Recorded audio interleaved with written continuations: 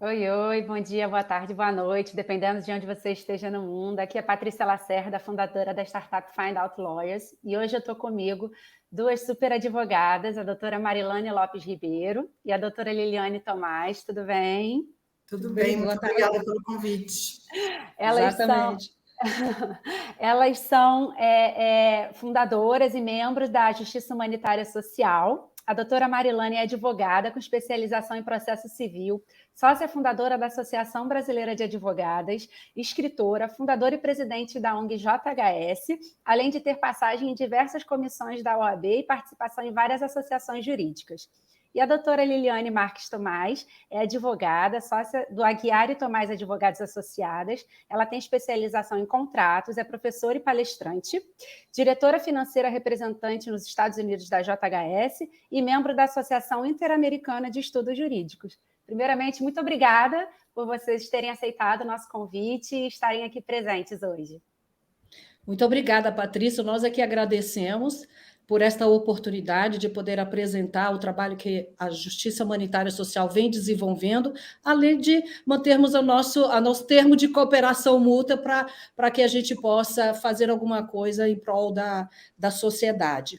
E aqui eu vou falar primeiro sobre o histórico da Justiça Humanitária Social. Sou Marilane Lopes Ribeiro, advogada, como foi apresentado, e em 2019 eu fui para os Estados Unidos viver o sonho americano depois de ter me aposentado, e lá eu fiquei como estudante, mas eu não queria ficar longe do direito.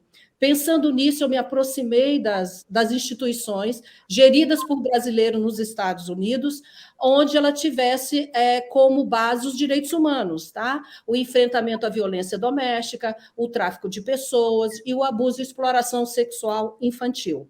Então, eu ajudei essas instituições nos Estados Unidos e percebi que nesse trabalho, ao longo desses últimos 3 anos, as instituições nos Estados Unidos, e aí eu estou tomando como base a experiência que eu tive lá, elas conseguiam dar uma certa assistência para essas vítimas, em geral brasileiras que estão no exterior, que estão nos Estados Unidos, e mais com relação à assistência jurídica, era uma assistência limitada, era restrita às primeiras orientações, porque era pro bono, então elas não poderiam ir até o final num eventual contencioso. Pensando nisso, eu vi um lastro, eu vi um nicho de atividade que eu, como advogada, me juntando às outras, a gente poderia suprir essa carência, que é o quê? É prestar assistência jurídica no contencioso por meio de contratação de advogados, mesmo remunerando o advogado, muito embora existirá uma parte que é pro bono, mas o nosso objetivo principal é dar uma assistência aos vulneráveis que têm os seus direitos humanos violados em qualquer parte do mundo e, ao mesmo tempo, valorizar a classe de advogados e também proporcionar remuneração, que é contratando advogados. Então, com essa mente, quando em alguma oportunidade eu e Liliane, que nos conhecemos nos Estados Unidos e que eu a chamei para poder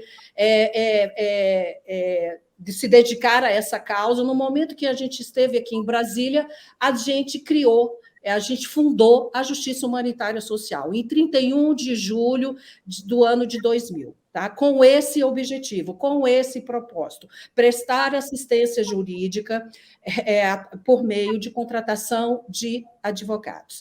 Então, a nossa instituição, muito embora seja recente, né? 1 ano e 2 meses, muitas atividades nós fizemos nos Estados Unidos e e estamos já fazendo aqui em Brasília.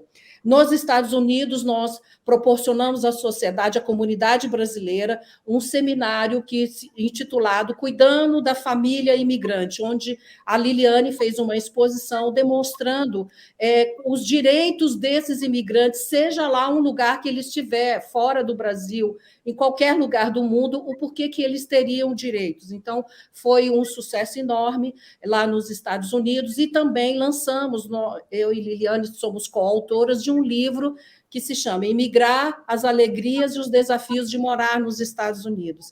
E foram 20 coautoras que contaram as suas histórias nos Estados Unidos, e dentre esses assuntos existem assuntos de tráfico de pessoas, violência doméstica e abuso infantil também. Então, esse trabalho que nós fizemos nos Estados Unidos teria que continuar também aqui em Brasília. E agora, recente, no próximo dia 24, nós estamos com uma ação comunitária, que tem um projeto que se chama Você Tem Direito, onde a gente vai levar as orientações para as pessoas em vulnerabilidade social, tá? As orientações, porque tem muitas pessoas que não sabem nem dos seus direitos, então a gente quer abrir a mente dessas pessoas, dos direitos que elas têm, e encaminhá-las aos órgãos que pode ajuizar a ação no contencioso. É bem importante lembrar que a justiça humanitária social, atualmente, ela ainda não pode contratar um advogado remunerando, porque ela está no início, mas nós já temos uma estrutura mesmo que mínima com relação ao pro bono, tá? Então, assim, se alguma pessoa que estiver em algum lugar do mundo e que tenha o seu direito humano violado, alguma coisa a gente vai, por algum meio, a gente vai poder ajudar essas pessoas. Então, assim, em resumo, a atuação da Justiça Humanitária Social é essa, e a Liliane pode complementar aí a nossa atuação. Muito bacana esse trabalho de vocês, muito bonito mesmo. Parabéns. A doutora Marilane, ela tem um trabalho muito sério, ligado até à área institucional, que fez muita diferença na decisão para fundar essa instituição, tá? Porque houve uma pesquisa de fato em loco durante 3 anos antes da efetiva constituição formal dessa instituição nos Estados Unidos, onde a gente teve a oportunidade de ir presencialmente no consulado, né, de Nova York, em Orlando, em Miami, em Boston, e a gente foi super bem recebidas, porque a gente precisa ouvir muito para saber realmente qual que é a demanda da comunidade brasileira. Porque a gente, às vezes, fica muito ligado ao que sai esporadicamente nos noticiários, mas as realidades nas igrejas, nos locais, né, onde realmente elas vivem, às vezes é muito maior e muito mais necessidade do que só aquilo que nós vivenciamos ali no nosso dia a dia. Então, com base nessa pesquisa em loco e também acompanhando outras instituições, a gente verificou, como a doutora Marilane falou, essa necessidade premente, porque a gente, graças a Deus, a gente até tem, tá? Nos Estados Unidos, mais especificamente no sul da Flórida e em Boston, nós temos instituições que têm, sim, o serviço de receber uma vítima, de acolher por um período, de fornecer alimentos, né? Fornecer materiais assim de primeiros socorros, né? Como higiene pessoal, às vezes alguma coisa de casa. Então, em relação a instituições que fornecem esse tipo de coisa, ali mais emergencial, até o próprio consulado, junto com essas instituições, ele tem agido de forma até célere por conta disso, porque o terceiro setor ele tem essa agilidade, né, para poder ajudar muito mais, às vezes, do que o Estado, dependendo da situação, porque depende de licitação, depende de verba, e tem uma burocracia que deve ser observada, tem um rito que deve ser observado, porque quando você tem instituições do terceiro setor, ela tem um pouco mais de agilidade nisso. Então, essa parceria público-privada, ela tem funcionado bem. Mas depois daquele acolhimento inicial, realmente há uma necessidade de dar continuidade aos direitos dessa vítima em relação às questões judiciais mesmo, né? Se ela for casada, em relação ao afastamento ou não, porque ela geralmente recebe ameaças. A questão do abuso financeiro, dela ter condição, ela trabalhar e não conseguir ter acesso ao dinheiro dela, porque em muitos casos elas trabalham e o dinheiro é obrigada a depositar o dinheiro na conta do marido, onde ela não tem R$1 para assim, imediatamente após sair, ela não, apesar de ter o dinheiro dela, ela não tem acesso a esse dinheiro. Uhum. Situações assim muito corriqueiras mesmo, mais comuns do que a gente possa imaginar. E a grande dificuldade de um brasileiro, seja, né, idoso, criança e mulher, que é vítima de algum tipo de crime no exterior, o pior de tudo que a gente pode aqui enumerar, com certeza, é a questão cultural, a questão do não conhecimento dos direitos mínimos, direitos humanos mesmo, né? Independentemente da nacionalidade, dela ser documentada ou não, dela estar naquele país de forma legal ou não, tem situações assim que tem a ver com o direito humano mesmo. A gente tem a ONU, que é um tratado assinado por 187 países, onde há, né, o pacto federativo mundialmente em relação a quais são os direitos mínimos de um ser humano. Então, independentemente dele ter documento ou não, dele ter um número de CPF, né, em qualquer lugar que ele esteja, ele é ser humano acima de tudo. Então, ele tem que ser respeitado alguns princípios básicos, né, como o direito à moradia, como o direito à saúde, como o direito à proteção do Estado, né, independentemente, ainda que dê o encaminhamento em relação a cada situação, o fato é que ele tem que ser protegido, ele tem que ser preservado. Então, esses direitos, eles são extremamente desconhecidos. As pessoas costumam ter um temor muito grande de, por exemplo, fazer um boletim de ocorrência. Ou elas não sabem como fazer, ou elas acham que não têm direito, ou elas não conseguem fazer por conta da barreira da língua. Porque muitas vezes elas sequer sabem falar a língua naquele país que elas estão. Então, como você pode ver, há um campo muito grande de atuação para a ajuda dessas vítimas. Situações assim simples, como simplesmente traduzir, né? Ou simplesmente acompanhar numa delegacia, ou simplesmente prestar uma informação de, tipo assim, está acontecendo isso é crime aqui nesse país que eu estou? Sim ou não? Se quem que eu posso recorrer e quais são os documentos ou as provas que eu tenho que ter para poder apresentar? Então, basicamente, eu costumo falar que essas são as principais dúvidas, né, de quem a gente atende. Então, o atendimento ele é feito assim, primeiro por uma triagem, para saber se essa pessoa ela está apta a ser atendida pela nossa instituição. Se a nossa instituição não puder atender, nós temos um encaminhamento de indicar para qual instituição pode atender, ou se a gente não tiver uma instituição, a gente, infelizmente, vai informar que, né, nem a nossa instituição e não temos conhecimento ou parceria com nenhuma outra para encaminhar, mas a gente sempre vai tentar ajudar, nem que seja um canal mínimo com a interlocução que nós já criamos nas embaixadas, nos consulados, para poder fazer um encaminhamento mínimo com relação àquela pessoa. E aí, depois dessa triagem, a gente vai ver se é caso só de psicóloga para poder encaminhar, se tem caso, por exemplo, de uma orientação jurídica mesmo, no sentido de produção de provas, ou simplesmente encaminhar efetivamente para algum núcleo de prática ou algum advogado para efetivamente entrar com alguma ação naquele país. Então, assim, como você pode ver, é um leque assim muito grande, né?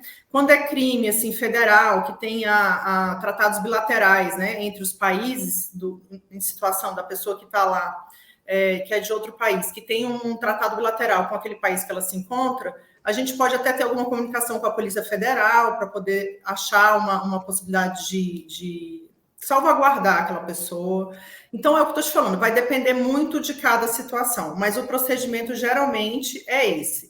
A vítima ela pode entrar em contato através dos nossos canais, né, de comunicações oficiais, que nós temos site, um Instagram e também telefone. E através desses canais, a vítima ela vai ser atendida, a gente vai indicar ela para uma pessoa da instituição para que seja feita essa triagem, ela vai ter que fornecer esses dados, né, mínimos para que sejam resguardados, né, em relação à compreensão do caso, também o encaminhamento. E daí a gente vai fazer esse encaminhamento conforme eu expliquei aqui. E como a doutora Marilane comentou, que eu acho que é importante ressaltar, a gente tem um viés também muito importante na instituição, que é o de levar conhecimento mínimo a essas vítimas. Então, a gente tem uma área da instituição da Justiça da JHS, que é levar esse conhecimento através de seminários, seja eles dentro de instituições religiosas, instituições escolares, ou até universidades, como foi o caso lá da Flórida, e que realmente teve uma aceitação muito grande, foi uma surpresa muito grande para nós, a quantidade de pessoas que não sabiam, assim, que passaram a ter segurança depois que elas souberam, por exemplo, de algumas emendas da Constituição dos Estados Unidos que garantem alguns direitos que elas sequer tinham uma ideia, né? E aqueles direitos são garantidos não apenas para os cidadãos americanos, mas para as pessoas que lá estão, fisicamente dentro do país. E aí eu queria, então, aproveitar e fazer duas perguntas. Uma é se a assistência que vocês prestam é exclusivamente para brasileiros, e a outra é se vocês estão em outros países, além dos Estados Unidos, você estava comentando que de outros países, mundo inteiro, enfim. Quais seriam esses outros países que, de repente, né, alguém que está aqui ouvindo o nosso vídeo sabe que pode conseguir entrar em contato com vocês, que pode conseguir esse suporte? Em princípio, não tem nenhuma limitação em relação à nacionalidade, né, como um requisito para ser atendido. Nós já atendemos pessoas que não sejam necessariamente brasileiras, tá? Mas é óbvio que a gente tem uma limitação da língua, né? Então, por exemplo, se uma iraquiana nos procurar, provavelmente a gente não vai conseguir ajudá-la, porque a gente não tem esse canal de comunicação. Então, a nossa prioridade, sim, eu diria que é para as brasileiras, mas não é exclusivo, porque há casos, por exemplo, ligados à América Latina, que falam espanhol, como, por exemplo, Argentina, Bolívia, Venezuela, México, que a gente também tem uma cooperação de forma que a gente consegue, sim, não só compreender, falar e entender, como prestar os encaminhamentos adequados para este caso. Eu vou deixar a doutora Marilane complementar em relação a todos os termos de cooperação, onde efetivamente a Justiça Humanitária Social está efetivamente atuando para ela complementar e fechar isso aí. Exatamente. Complementando, a Justiça Humanitária Social, como sociedade civil, ela trabalha para e passo com os órgãos do governo, sem dúvida, tá? Então, implementando ações em defesa da sociedade. No nosso site, a Justiça Humanitária Social, eu convido vocês a visitar o site. Vocês têm, a Liliane já falou, comunicação com o WhatsApp, que pode mandar mensagem, ou pelas nossas redes sociais. A Justiça... Interrompendo, doutora, só para deixar claro que a gente vai deixar aqui na descrição do vídeo todas as redes sociais de vocês, perfeito, site, e-mail, tudo para que as pessoas possam entrar em contato.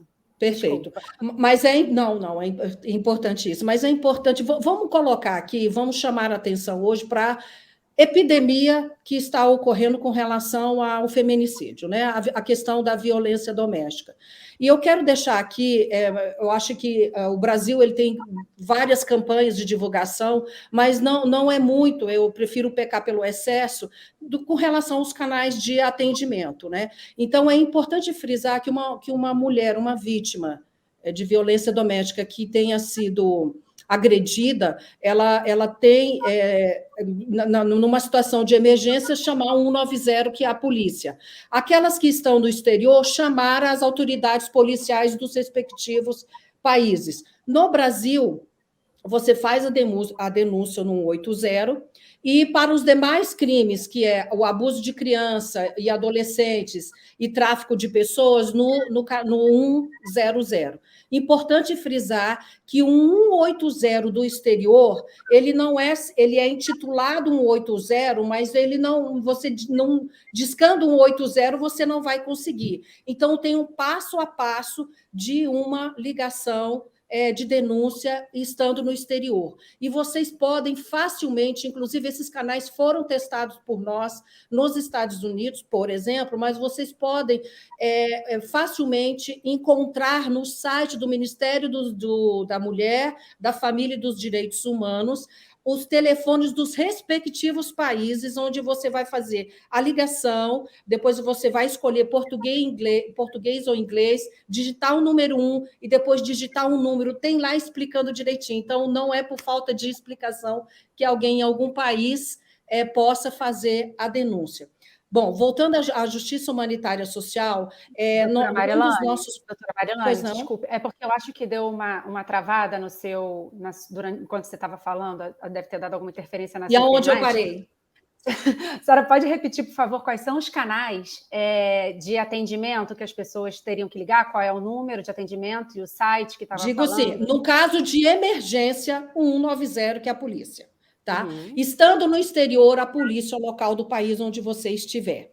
No Brasil, 180 não há dúvida, você discando 180, você já vai ter o atendimento você estando no Brasil. No exterior, esse intitulado 180, se você ligar, não vai dar certo. Então, tem um passo a passo no site do Ministério da Mulher, da Família e dos Direitos Humanos, escrito área internacional, como que você deve ligar. Mas é claro que nessa situação é uma situação onde você não corre risco de vida. Tá? É uma situação de um abuso ou então de ameaças que estão havendo aí. Você pode ligar nesse telefone. No caso de emergência, você tem que ligar realmente para a polícia. E é importante, eu faço essa convocação de denunciar, porque é por meio dessas denúncias que se pode extrair estatísticas, né, de casos no exterior ou no Brasil. Então, é importante denunciar. Com relação à atuação nossa no exterior, a Justiça Humanitária Social, nós temos, por meio de termos de cooperação mútua, que são instituições e que já têm a sua estrutura naquele país. Tá? Então, a gente utiliza desse termo de cooperação mútua, onde ele pode ajudar uma brasileira ou uma outra nacionalidade, estando, por exemplo, na África, na Bélgica, né, e que procurou a justiça humanitária, como essa instituição que procurou essa instituição, nós podemos ajudar também. Então, é um intercâmbio que pode se fazer. Então, eu vou já colocar aqui os países onde nós já temos termos de cooperação e que, de alguma forma, a gente vai poder ajudar, tá? Convocando as pessoas nos respectivos países. Brasil, logicamente, a Argentina, o Chile, Uruguai, Bolívia, Peru, Colômbia, Venezuela, Equador, República Dominicana, Costa Rica, México, Cuba, Guatemala, Estados Unidos, Canadá, Espanha, Alemanha, Portugal, Bulgária, Panamá, Reino Unido, Bélgica, Polônia, Itália, Portugal e África. Não é pouco. De jeito nenhum. Não é pouco, de jeito nenhum. Então, pode contar com a justiça humanitária em algum lugar, no Brasil, em algum lugar, que nós vamos nos empenhar para poder ajudar essa pessoa, né? E não importa que seja brasileiro, outra nacionalidade, mas estamos aptos a ajudar. Tá Muito bom? Obrigada. E eu gostaria só de fazer uma última pergunta aqui para a gente, de repente, fechar. Porque muitas vezes a pessoa ela não sabe que ela está sendo vítima de violência, né? Qual seria aquele estalo, aquele alerta que, para ela, poxa, é isso, eu preciso de ajuda? Geralmente, quais são os primeiros sinais que a pessoa deve procurar ajuda? Que realmente ela se encontra numa situação que é de violência? Essa questão eu vou pedir para a Mari deixar eu responder, porque tem dois encaminhamentos que eu gostaria de fazer. Primeiro, deixar bem claro que, às vezes, a vítima ela realmente não sabe que está passando por uma situação de violência, né? E em muitas situações, a gente tem o apoio da família ou dos vizinhos para alertar ou orientar em relação a isso. E a outra forma é estudar um pouco mais, né? Nós disponibilizamos no site da JHS cartilhas explicativas de ações e fatos pontuais que são especificamente retratados pela lei como crime, né? Então, a gente há situações assim na prática, né, de mulheres que tiveram acesso a essa cartilha e, ao ler, falou assim: eu estou sendo vítima, né? Porque às vezes só você falando, a vítima, primeiro, ou ela não sabe ou ela tem vergonha de retratar para alguém. Principalmente as nuances mais graves, né? Aquela coisa assim que ela realmente não consegue externar. Porque qual que é a dificuldade de combater esse tipo de crime? Porque ele é feito no âmago familiar, geralmente ele não tem testemunha, e aí a vítima ela é a única pessoa que pode dar o primeiro passo para se salvar, né? A menos que aconteça uma situação não planejada, né, de flagrante, de alguém da família, né, alguma coisa ainda que seja sutil para colocar aquele red flag que a gente chama, né, aquela bandeira vermelha, olha, tem alguma coisa errada para começar a ajuda, é a própria vítima que tem possibilidade de procurar essa cartilha e entender se aquilo ali está acontecendo ou não. Mas eu gostaria também de deixar claro que, justamente por conta da natureza da violência que ela sofre, ela não sabe, ela às vezes não sabe, ou às vezes ela está tão traumatizada que ela tem algumas síndromes, né, que a psicologia explica, no sentido de se tornar viciada na dor que ela sente naquela convivência, na humilhação. Então, às vezes, ela até sabe que sente, ela só não consegue dar o primeiro passo. E situações assim, realmente, ela precisa de ajuda, nem que seja dos vizinhos, dos parentes. E eu costumo falar que tem uma coisa que, por muitos anos, a comunidade brasileira ouviu, né? Que é aquele ditado assim: em briga de marido e mulher, ninguém mete a colher. E é o contrário, em briga, qualquer tipo de briga que ele ultrapasse o limite, né, legal, tem que meter a colher, independentemente de ser marido, mulher, não importa. Não, quando a gente fala meter a colher, não é você ir lá e às vezes fazer uma ação direta e se expor ao risco ou colocar ao risco a vítima. Mas é ligar e falar, olha, eu estou aqui presenciando isso, eu gostaria que a polícia comparecesse. Fazer um vídeo, entendeu? Documentar aquele momento, que às vezes você, dependendo do local que você está, ou você não está com o celular, alguma coisa do tipo, ou não pode ligar devido ao barulho, você não vai conseguir se comunicar. De alguma forma, você tentar retratar, né? Você já é testemunha ocular, já é uma prova, então já deixo isso bem claro. Mas se você for uma testemunha ocular e acrescentar a isso um vídeo, né, um áudio que você possa ter, essa prova ela vai ser muito mais robusta dentro de um processo judicial e dentro de um inquérito, né, policial, do que apenas uma testemunha, né? Então, eu costumo falar que prova nunca é demais. Quanto mais provas você tiver, maior o fundamento que você vai... maior a certeza que você vai ter de uma condenação. Não só na área criminal, mas na área civil também. Então, eu costumo separar, como eu falei, desses dois jeitos. Primeiro, a situação da dificuldade da vítima saber que tem realmente... que está passando por aquele ali, que ela é uma vítima, e aí a única forma dela identificar ela por ela mesma é através de conhecimento, e esse conhecimento nós disponibilizamos através dessa cartilha pelo site.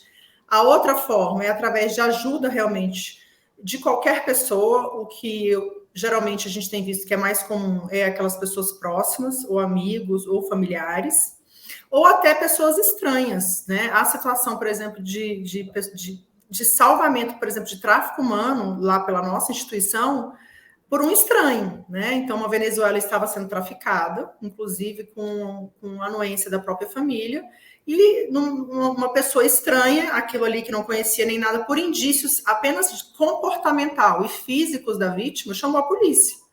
A polícia foi investigar e, de fato, ela era vítima de tráfico, né? Depois ela foi levada para o hospital, então foi identificado que ela era torturada, uma série de coisas, foi descoberta a quadrilha, ela entrou no programa de proteção a testemunhas, e aí segue todo aquele trâmite, né, legal. Mas o fato é que qualquer um pode ajudar. Se você estiver no supermercado e ver uma pessoa que está com hematomas suspeitos no rosto, né, no braço, mordidas, entendeu? Assim, muito exposta em locais muito suspeitos, queimaduras, né, no corpo, como redondas, muito redondas, como se fosse de cigarro. Então, esses, assim, são alguns indícios, pessoas que não olham muito no olho, que estão sempre olhando para baixo, que têm um comportamento, assim, de medo, né, de introspecção, ligada a esses outros fatos, são pessoas provavelmente... com grande probabilidade de estarem passando por situações como essa. Então, você precisa estar sempre em observação, mesmo que você seja um estranho. Então, vamos supor que você esteja no supermercado, veja uma situação assim, você não vai cometer nenhum crime de ligar para a polícia e falar, olha, eu estou aqui assim, estou vendo uma pessoa assim, assim, assim, o comportamento é esse, eu estou achando muito suspeito, eu gostaria que você viesse verificar. A polícia, ela tem que ir verificar. E ainda que não seja, ainda que você tenha sido induzida, né, pela aparência dela e que seja uma coisa equivocada, que não tenha nada a ver com crime, que não tenha nada a ver com uma violência doméstica, coisa do tipo, você não vai estar cometendo nenhum crime, porque você tem esse direito de ter esse entendimento e pedir uma averiguação, entendeu? O que é errado é você, por exemplo, afirmar categoricamente ou imputar a alguém um tipo de crime que você não tem certeza. Agora, se você faz uma denúncia falando que você está descrevendo o que você está vendo e pedindo para se verificar, não teria problema nenhum. Então, é importante colocar isso aqui. É muito melhor nós pecarmos pelo excesso, mas poder literalmente salvar uma vida, do que a nossa omissão matar, tirar uma vida. Cortou. Oi, Liliane? Oi. Cortou, Lili. O final, onde que eu parei? Da omissão. Melhor pecar pelo excesso do que pela com excesso a gente pode salvar uma vida. Com a omissão a gente tem chance de perder uma. Exatamente. Foram perfeitas as sugestões, Liliane. Muito obrigada pela participação de vocês, pela colaboração. Sim, nós aqui agradecemos.